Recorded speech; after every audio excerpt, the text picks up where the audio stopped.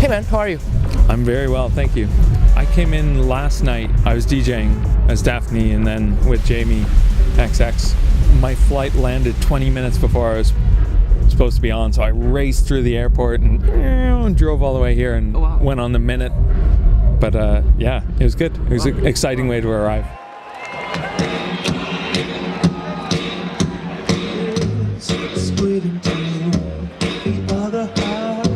So you played as Daphne last night, and you're doing this interview now, and you're playing at 3 a.m. Yeah. You must end up really tired with this sort of schedule, I mean. Yeah, it has been exhausting because we had a sound check at 9 in the morning as well.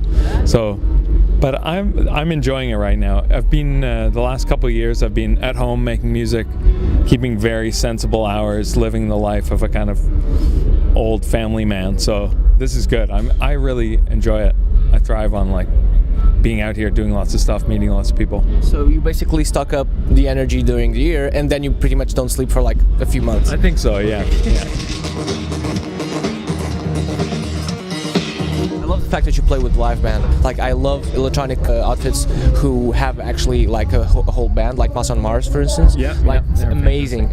Yeah. It works on such a deeper level, I guess. Don't you agree? I mean, I grew up with both. I grew up learning instruments first, and there's something about the just kind of visceral nature of it, of playing instruments and interacting with other people, that it's very, very hard to create that as a solo electronic performer.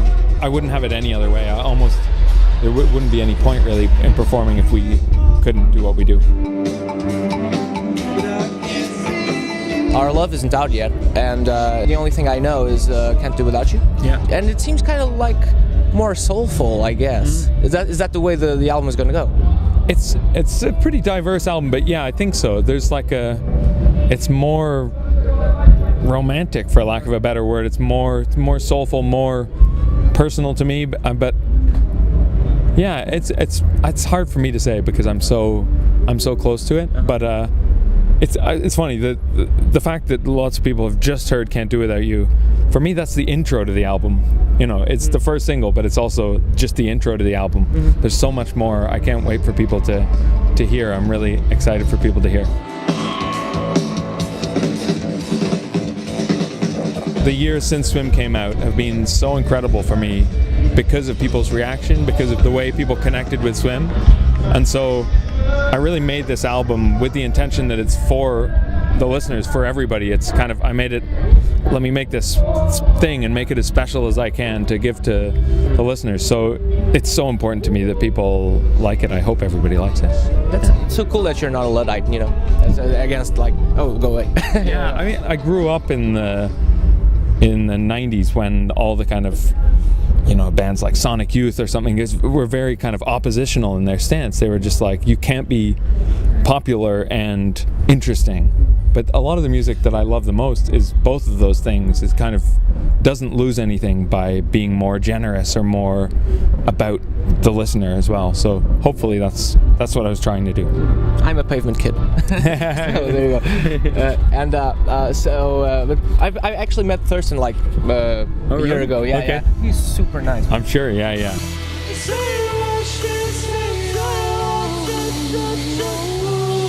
The other thing that really struck me about how Swim was received is that I thought it was one kind of thing. I thought it was a pretty weird record. I thought it was very much my own world. You know, I didn't think about how it related to everybody else in the rest of the world, and it took on a whole different life than I expected. People playing it at parties in Ibiza, which is not a world that I was really a part of, or people connecting with it in all different parts of the world in different ways. And the one thing that I really embraced about my music and I'm looking forward to is the way that it's not really mine anymore after it's released. It becomes everybody's, and people can, you know, they take it in whatever context they want. They take it however they want, but also people remix it in unofficial remixes. They just kind of take the music and literally cut it up and do whatever they want with it. I'm kind of, that's almost the most exciting part of it, is that it has a life of its own.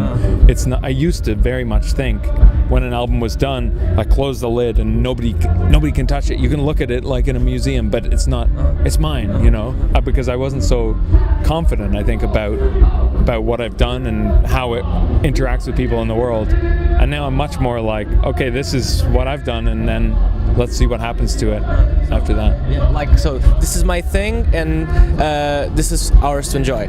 Yeah, exactly. And particularly the live thing is also an example of that. The way the tracks are on the records is the starting point for where the live show goes, and often they change quite a lot over the months and years that we play them.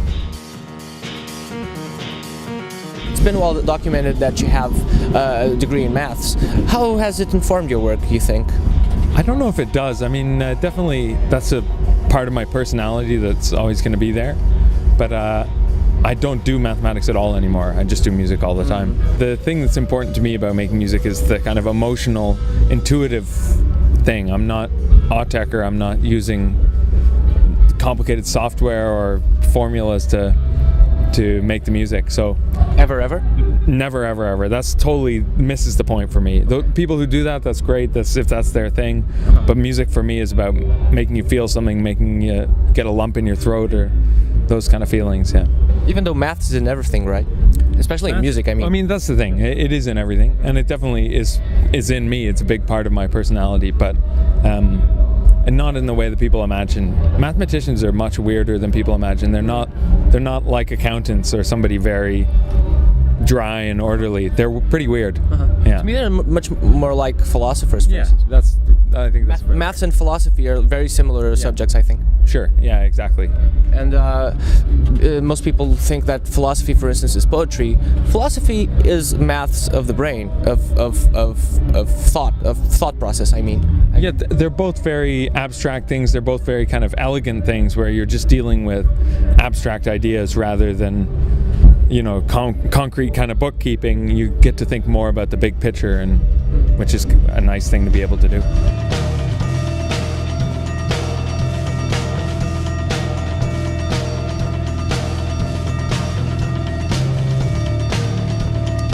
I'm asking about maths because do you think there's beauty in odd numbers, for instance? Because like some stuff on Swim had like some counter beats and stuff like that. Do you think that's where the beauty lies, in like the filling of the space? I mean, I think I never think about any of that stuff. You know, I play all those things. I don't program them and look at where the numerical things lie.